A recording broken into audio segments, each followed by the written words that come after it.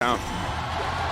So I think, honestly, it's a great pick. I mean, it's an okay pick. The Ixie is decent, but what it can do is it can kind of kite back with that second skill. If the Nolan's coming after him, it does have some abilities of that, the heroes that are trying to dive onto it, to where Ixia does not have that. So maybe that's going through the mind. Going through the mind or not, we're going to be loading up into the land of Dawn. Once again, game number 1 here, the upper bracket final. The team to start the lead here will have the momentum. It's ONIC versus APBREN. As we take a look at these early rotations here, Kyrie going to be on the Nolan, who has been constantly banned out. And when it's been locked in, teams have had to come up with an answer against it. Does APBREN have that answer? They might. There's no other reason you would actually leave the Nolan open unless you already have some countermeasures against it, especially when you're up against Kyrie. Keyboy, very early on, going to be chunked down already by APBREN. And this is what ONIC will have to deal with the entire day. Every time APBREN gets a small win, you can hear a big, big reaction from the crowd. All right, taking a look at some of the emblems. Does look like Sans is going to go for a little bit more utility there, get some movement speed, get some cooldown, but Boots building pretty aggressively, building sustainably, going for some spell vamp there, could be the answer. So far, we've seen the Khalid with so much damage, and we've seen the Khalid actually win out on top of the Terizla recently. It does become a little bit of a skill matchup, but Flapteezy with the movement speed doesn't have to pick up the Boots here, and he can still probably outspeed Boots here. So definitely going to be interesting the way that this EXP lane pans out overall. I'm excited to see how it works. And hold up, so wait, it is, we completely looked over this. It is mid lane Phoveus. Yeah. You know, again, when that Khalid was locked in, we didn't really point it out, but I think a lot of people at this point, they're so used to Few just being like, all right, I'm going to throw a Fredrin in the main lane. Hey, I might throw the Phoveus there, and they make it work usually, right? That's one thing, again, when we talked about both these teams, the capability to go ahead and just channel that hero pool, bring something surprising out or make it work is what gives them that advantage in a lot of these matches.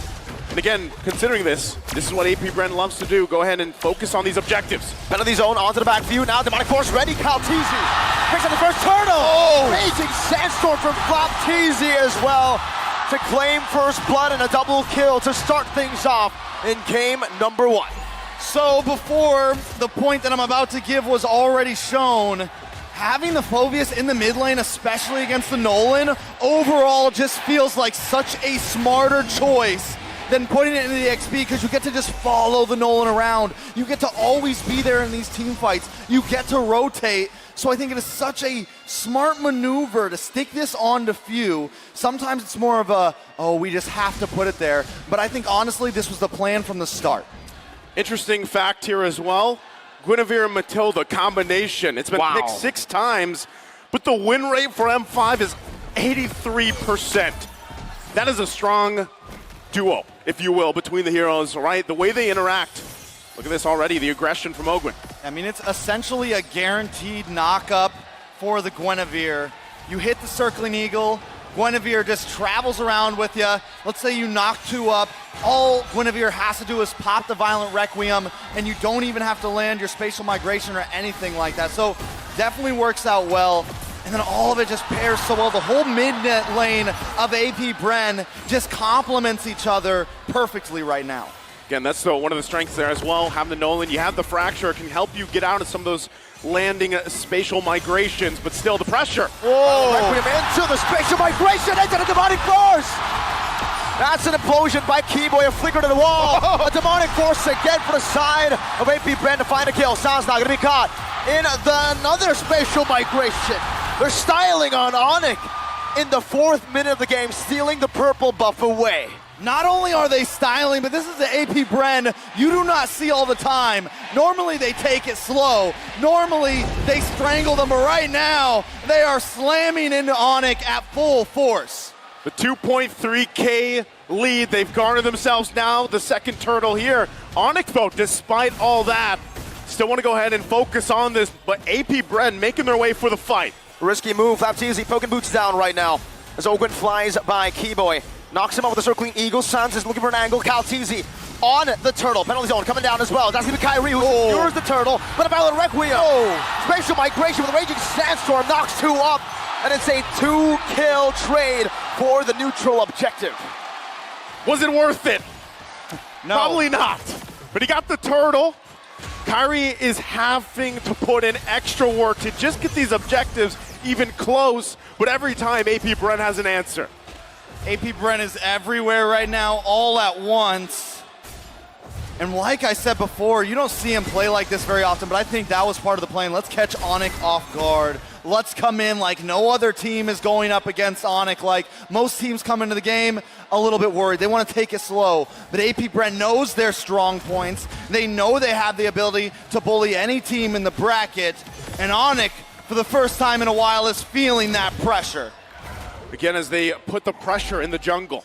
APBREN wants to work around this lead real quick. Items, how's it looking here, Trex? So far, the main thing I want to point out is into this gold lane. Neither of them oh, wait a second.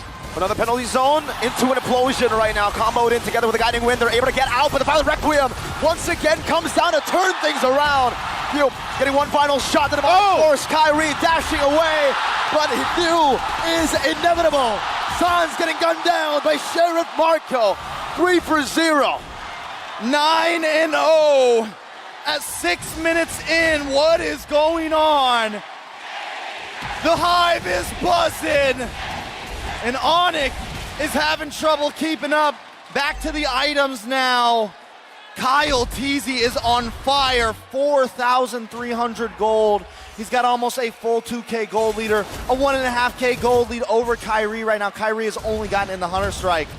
On the side of Kyle Teasy, we've got the Dreadnought. We've got the Molten Core getting started. I mean, it is becoming a problem. So let's think about it here once again, given the fact that APBREN heavily in the lead right now, most likely we'll be able to just secure this turtle as well. The third one of the game, it's better for ONIC just to wait, buy time, get to a point where you are online. Kyrie has struggled for the majority of this. Sans needs a couple items as well in this Lilia to help pump out the damage.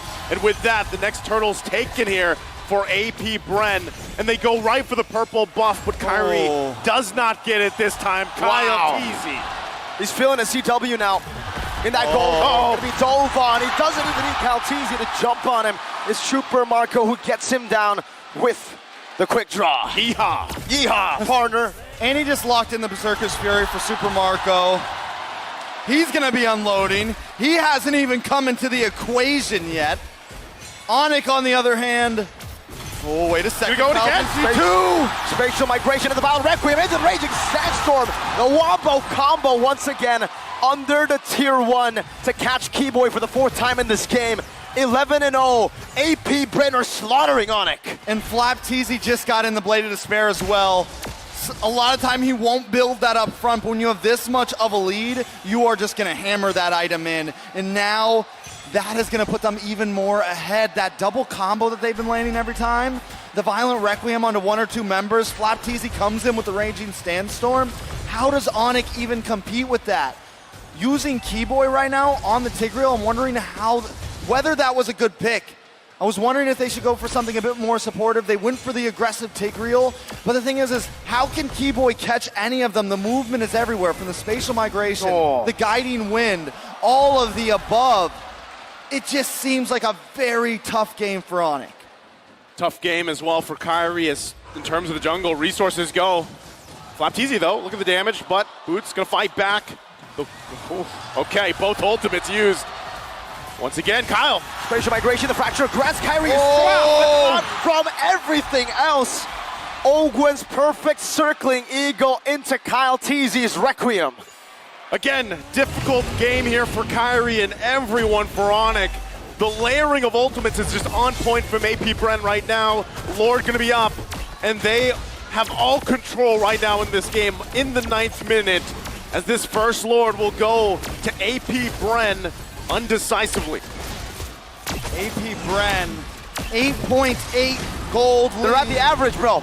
They're at the average. They're at ONIC. They're passing ONIC's average right now. I don't think ONIC was prepared for this type of aggression in game number 1. I think they completely got caught off guard.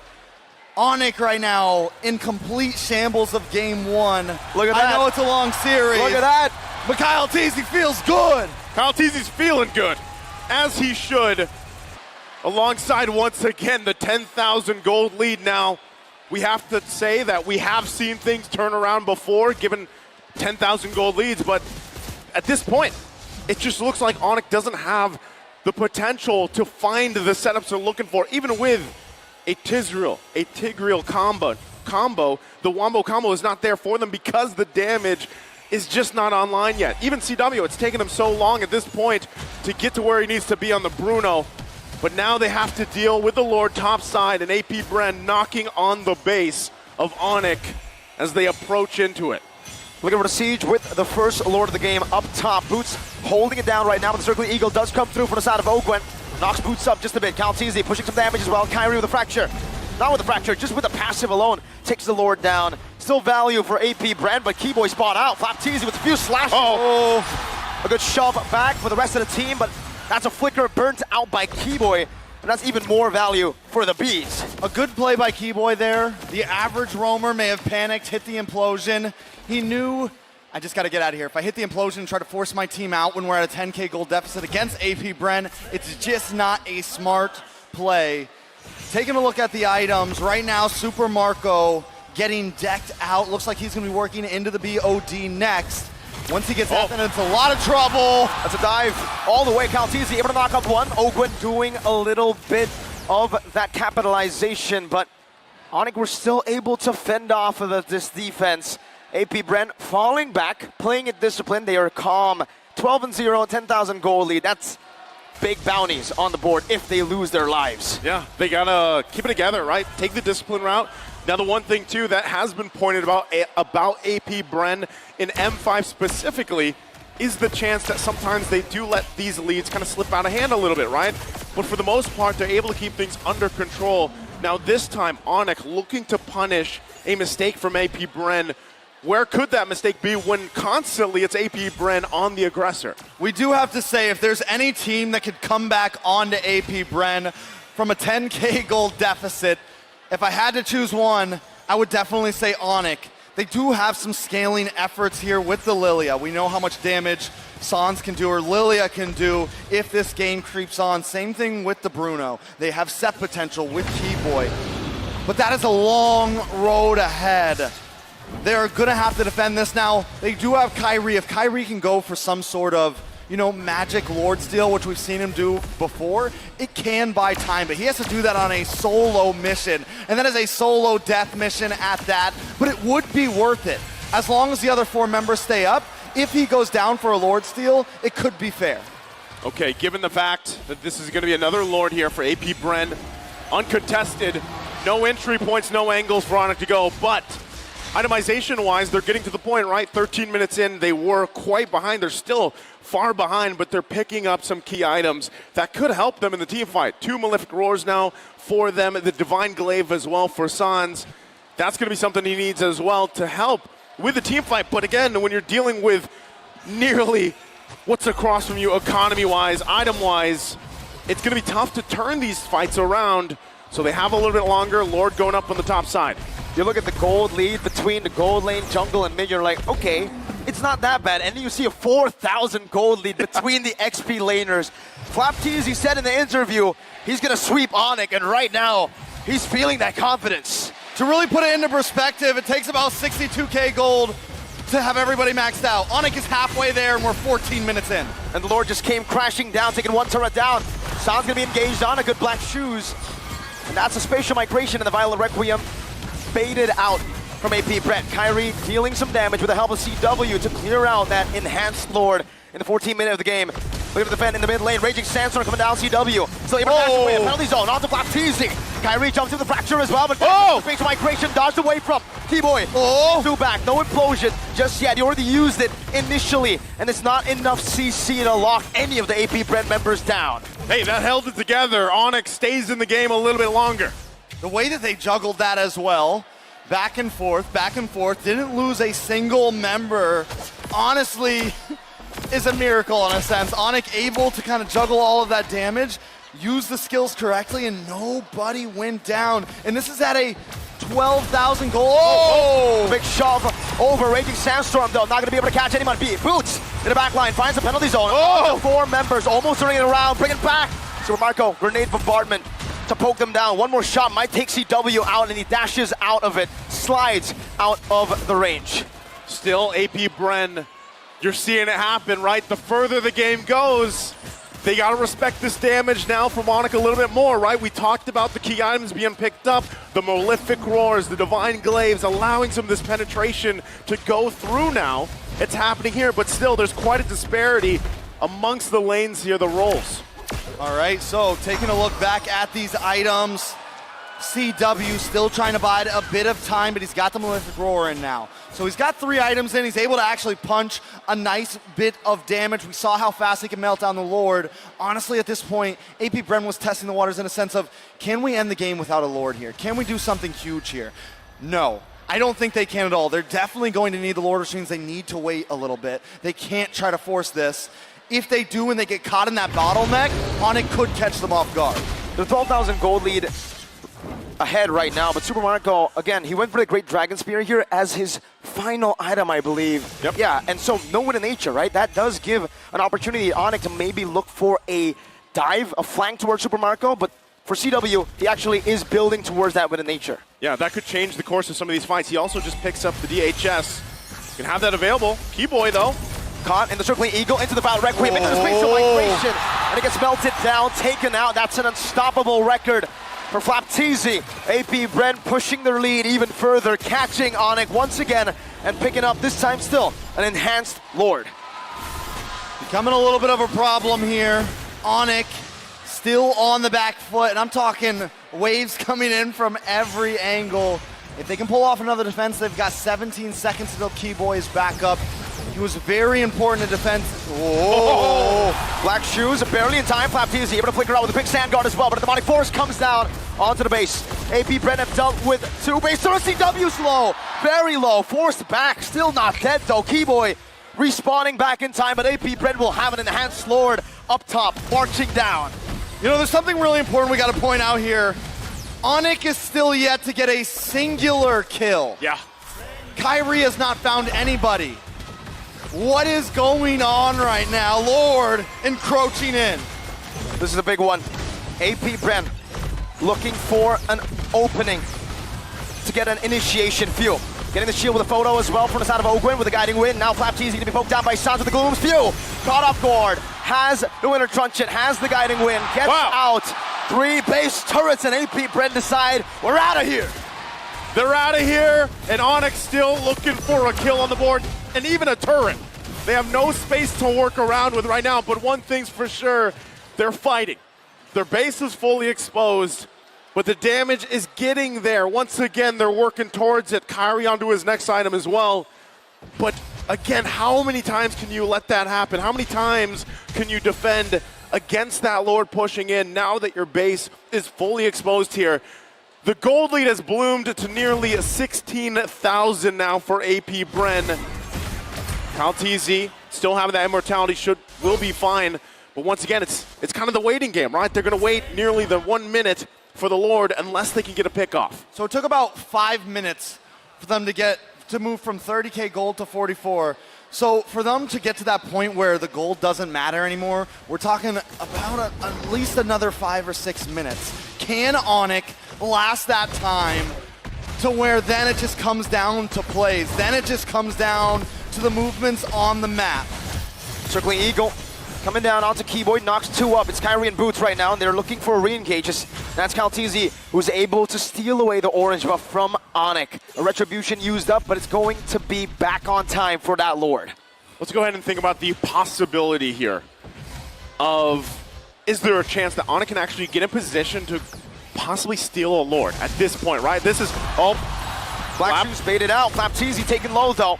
The demonic force is ready. Fuel decides to go. Fighting tackle out. Flapteezy only losing immortality. Sounds gonna be able to kite away for now. Kyrie's waiting in the midst. Fuel coming down. Keyboy with a lot of damage, with a lot of CC lockdown. Kyrie tries to shut down the fracture as well. Sans still able to kite away. Flapteezy looking for one final hit with retribution. Slows him down. Sans positive Black Shoes. Flapteezy not able to dish out enough damage, and Sans gets out in time. Boots still alive. ONIC still alive. 1-for-1. My goodness. They're on the board. Finally a kill on the board. 1-for-1.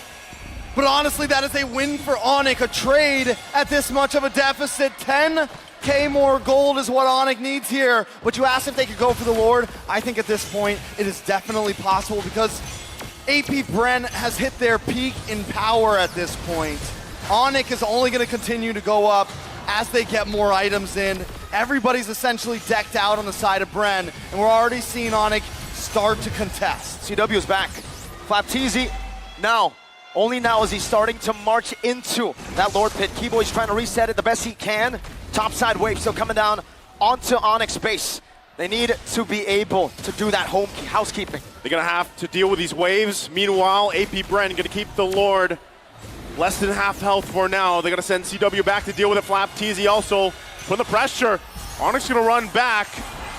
Ogwin using the Circle Eagle, but nothing can happen just yet. Kyrie, though, he's got to get out as well.